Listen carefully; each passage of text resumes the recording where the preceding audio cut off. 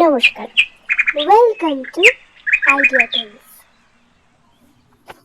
আজকের গল্পটা love story, ভালোবাসার গল্প। আশা করছি আপনাদের সবার ভালো লাগবে। বসে আছে বিজয় তার স্বপ্নের রাজকন্যার জন্য। অপেক্ষা করছে না, ভাবছে কি করে তাকে পাবে।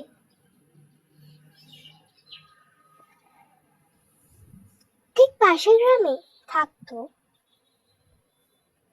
রিয়া। তার বাবা ছিল বিশাল ধনী একজন মানুষ, তো তার কাছে টাকার কোনো অভাব ছিল না। মেয়েরও পড়াশোনায় বলো, সবকিছুতেই বলো, কোনো কিছুরই ত্রুটি ছিল না। কিন্তু রিয়া আর বিজয়ের মধ্যে একটা বড় তফাৎ আছে, পার্থক্য আছে, যা হলো টাকা। রিয়ার স্বপ্ন আকাশ ছোঁয়া, কিন্তু বিজয়ের স্বপ্ন ধুলোর মতো, ঝালনি উড়ে যাবে। তার একটা ছোট চায়ের দোকান ছিল, তাতে সবকিছু পাওয়া যেত, মুদিখানা দোকানের মতো। তার আজকাল দোকানেও মন বসছে না, সারাক্ষণ ভাবছে তার রাজকন্যার কথা। রাজকন্যা আছে এখন সেই নদীর পাড়ে, নির্জন গাছের নিচে দাঁড়িয়ে। টাকা থাকলে সব পেলেই যে দুঃখ মেটে না, সবার জীবনেই যে দুঃখ আছে, মেয়েটির জীবনেও সেটা। সে প্রত্যেক দিন সময় পেলে একবার করে সেই নদীর ধারে যেত।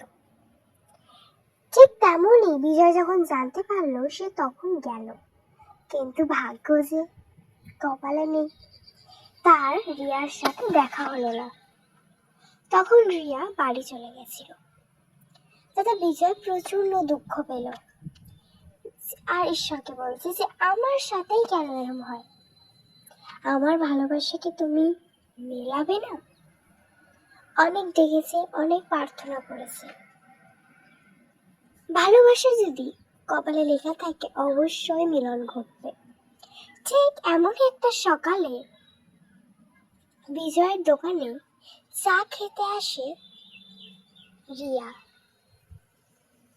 এসে ওরা অনেক গল্প করে, প্রথমে বন্ধু, সেকেন্ডে ভালোবাসা। ভালোবাসাতেই আজ ওরা মিলন।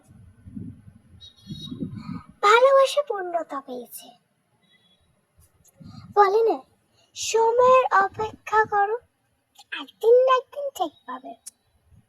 আর ঠিক তারা দুজন মিলন হয়েছে। এই গল্পটা আপনাদের কেমন লাগলো কমেন্টে অবশ্যই জানাবেন। ছোট্ট একটা ভালোবাসার টুকরো আমি তোমাদের সাথে শেয়ার করলাম, অবশ্যই একটা লাইক দেবেন।